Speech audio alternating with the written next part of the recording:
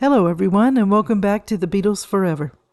I've done videos recently on the Beatles and their parents, and a viewer wanted to know more about John and Mimi, and that was a good idea. So today we're going to see John and Aunt Mimi after the death of Julia and beyond that. When Julia was hit by a car, Nigel Wally, a friend of John's, said he saw Julia lying on the road. He then turned and ran to Mimi's, and when Mimi heard what happened, she said, "Oh my God," and she ran down to where Julia was. When she got there, there were people there, and an ambulance was on the way, and they were taking her to Sefton General Hospital, and she died on the way there. John remembered it years later. He said, "We were sitting waiting for her to come home, Twitchy and me," and Twitchy was the name that John gave John Dykins, and wondering why she was so late. And John said the copper came to the door to tell us about the accident. It was just like it was supposed to be in the films, asking if I was her son and all that. Then he told us, and we both went white. It was the worst thing that happened to me. Caught up so much, me and Julia, in the last few years. We could communicate. We got on. She was great. I thought, F it, F it, F it. That's really effed up. Then he thought, I have no responsibility to anyone now. Dykins said, then who's going to take care of the kids? And John said he hated him. John said of Dykins it was bloody selfishness. They took a cab to the hospital where she was lying dead. John said he didn't want to see her, and he talked hysterically to the taxi driver the whole way. The taxi driver grunted every now and then. He refused to go and see her. Dykins did, and according to John, he broke down. So Dykins kept crying that he was never going to drink again. He was so grief-stricken he forgot to tell his daughters who were sleeping. So when they got up in the morning, they went to school because nobody told them about their mother. When John left the hospital, he went back to Mendip's. Mrs. Bushnell, the neighbor, said she was shocked to hear him on the front porch playing his guitar. This is from the book The Lives of John Lennon by Albert Goldman, and this was John's coping mechanism. A few months later, John tried to contact his mother through a seance. He did it at Dykins' house when he wasn't there. And Nigel Wally said we sat around a circular table, and John turned down the lights and spread letter cards around the table. Then he rotated his hand over a tumbler, and it started to move and spell out words. And the group sat there terrified, but John was calm and not fazed by it. They had a coroner's inquest to determine the cause of death. The driver was a police officer who was late for duty and was driving without a license. He was learning to drive and not an experienced driver.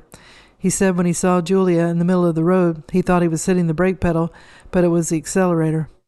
Mimi shouted at him that he was a murderer and threatened him with her walking stick. The driver got off with a reprimand and a period of suspension from duty. And it's at this time that John began drinking heavily and had a rage inside him for losing his mother again. Pete Shotton said that for 2 years, John was drunk or angry. So after Hamburg, when John got back from Hamburg with his band, he threw stones at Mimi's window to wake her up. Mimi had words for him when she opened the front door saying what had happened to his 100 pounds a week, and if he thought he was going to walk around Woolton in those cowboy boots, he better think again. So John got in his bed and stayed inside the house for a week afterwards. And then the Beatles were discovered by Brian Epstein in the cavern. He wanted them to sign contracts, so Aunt Mimi wasn't sure about it. Mimi told Brian, "It's all right for you. If all this group business turns out to be a flash in the pan, it won't matter. It's just a hobby for you. If it's all over in 6 months, it won't matter to you, but what happens to them?" So Brian told Mimi, "It's all right, Mrs. Smith. I promise you, John will never suffer. He's the only important one. The others don't matter, but I'll always take care of John." So John, while in Hamburg, had sent Mimi some of his earnings, and then he found a leather coat to give to his girlfriend Cynthia. So John and Cynthia went to see Mimi, and they brought a cooked chicken to bring to Mimi. And when Mimi saw Cynthia's coat, she got mad. She grabbed the chicken from Cynthia and threw it at John, and she also threw a hand mirror at him. She said, "Do you think you can butter me up with a chicken when you spent all your money on this?" And then she screamed, "Get out." So John's face turned white, and he asked her what the F was the matter with her. "Are you totally crazy?" Then he and Cynthia left, and John was ashamed and angry at Aunt Mimi for acting that way. Cynthia, in her book, speculated that Mimi was probably mad that John had spent money on her rather than giving it to Mimi, and Mimi was jealous because John cared about her. So Mimi wanted and expected devotion, and if you got in her way, you were not popular. Cynthia said that Mimi would never leave him alone and found fault with everything he did, according to Cynthia Lennon's book. And then she even said before his mother died, She had been the closest thing he had to a parent, and he still wanted to please her. Mimi made it impossible, though. After he became famous and wealthy, he was still trying to earn her approval, and she was still telling him off. So Cynthia at one time moved into Aunt Mimi's house. John had one room and Cynthia had another, but they got to see each other more often under the same roof. Cynthia found out Mimi wasn't easy to live with. Cynthia was paying rent, but she was expected to do chores around the house, and when Mimi needed something, Cynthia was supposed to drop everything and see what she wanted. Cynthia decided to move out and move in with her aunt, and when she told Aunt Mimi, she didn't say anything, and she stalked out of the room. Aunt Mimi was furious when John said he wanted to marry Cynthia once she became pregnant. Mimi threatened to never speak to him again if he went through with it. John told her he wanted to marry Cyn and he loved her, and he walked out of the house saying he wouldn't be back. So Cynthia got John to go see Mimi. They didn't know what to expect when they got to her house, but she welcomed them with open arms. Cynthia thought she missed John, but was too stubborn to see him. Then next, John and Cynthia moved in with Mimi again for a little while when she was pregnant with Julian. So it's interesting to see how she perceived Mimi. Cynthia said that all the furniture at the house was old and faded. Mimi would say, if my husband hadn't lost all our money and put us in debt with his gambling, I would go out and replace the whole lot. Cynthia didn't know if this was true, but I did read that he had a gambling problem. And then Cynthia said that Mimi had two different ways to dress. When she was home, she was frumpy, and she wore scruffy sweaters and skirts that bagged in the back because she spent a lot of time in front of the fire. And she lived in her slippers. But when she went out, she wore a felt hat, she wore smart high heels, and her best beige coat with a fur collar. Her passions, according to Cynthia, were money, John, and her cats, in that order. Cynthia came home after Julian was born. Cynthia felt she had to take him out in a stroller because he cried all the time. Mimi said she felt like her house had been turned upside down. Eventually, Cynthia and John moved out.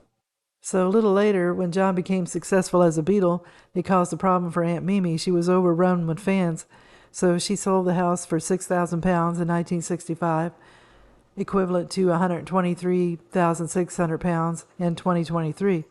Lennon bought her a £25,000 bungalow, equivalent to £515,000 in 2023, by the beach called Harbor's Edge in Sandbanks. It was at 126 Panorama Road, Poole, Dorset, which was the home for the rest of her life. All the way home, Mimi was so happy with the house by the sea. She said to John, "Oh, John, thank God for that. Maybe I can have some peace now, and you can bring Julian to visit now and again, and he can enjoy the sea and sand." So one day, John and Julian and Cynthia went to visit her in the summer of 1965, and Mimi was still happy. It was a perfect day, and they promised to return, but John was so busy working, they didn't see her again for several years. But John talked to Mimi on the phone all the time. And also, John gave Mimi a weekly allowance of £30, and Cynthia's mom was given that too. Somehow, Mimi found out that Cynthia's mom was getting an allowance, and she was mad.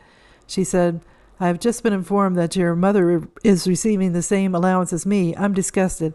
How dare she expect or even accept money from John? What had she done to deserve anything? Tell John I'm annoyed with him." John just ignored it. He told Cynthia, "She's never satisfied. You should know that by now. Forget it."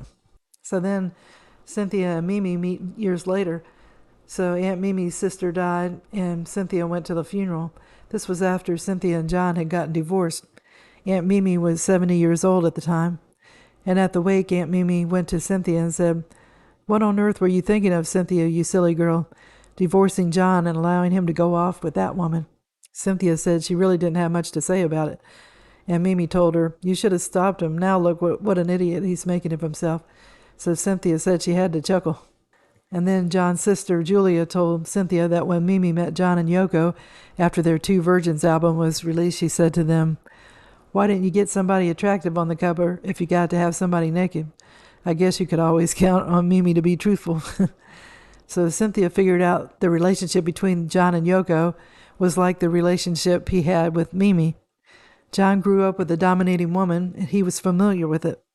And Yoko was his mother figure. Later, Yoko would compare herself to Aunt Mimi, and Cynthia had to smile.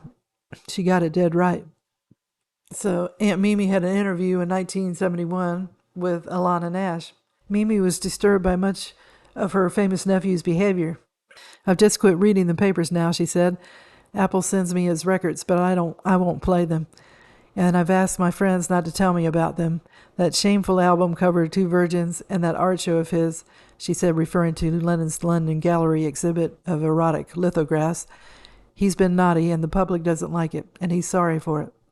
Now he wants sympathy. That's why he's come out with these fantastic stories about an unhappy childhood. It's true that his mother wasn't there, and there was no father around, she continued, but my husband and I gave him a wonderful home. John didn't buy me these furnishings, she said with a sweep of a hand. My husband bought these things.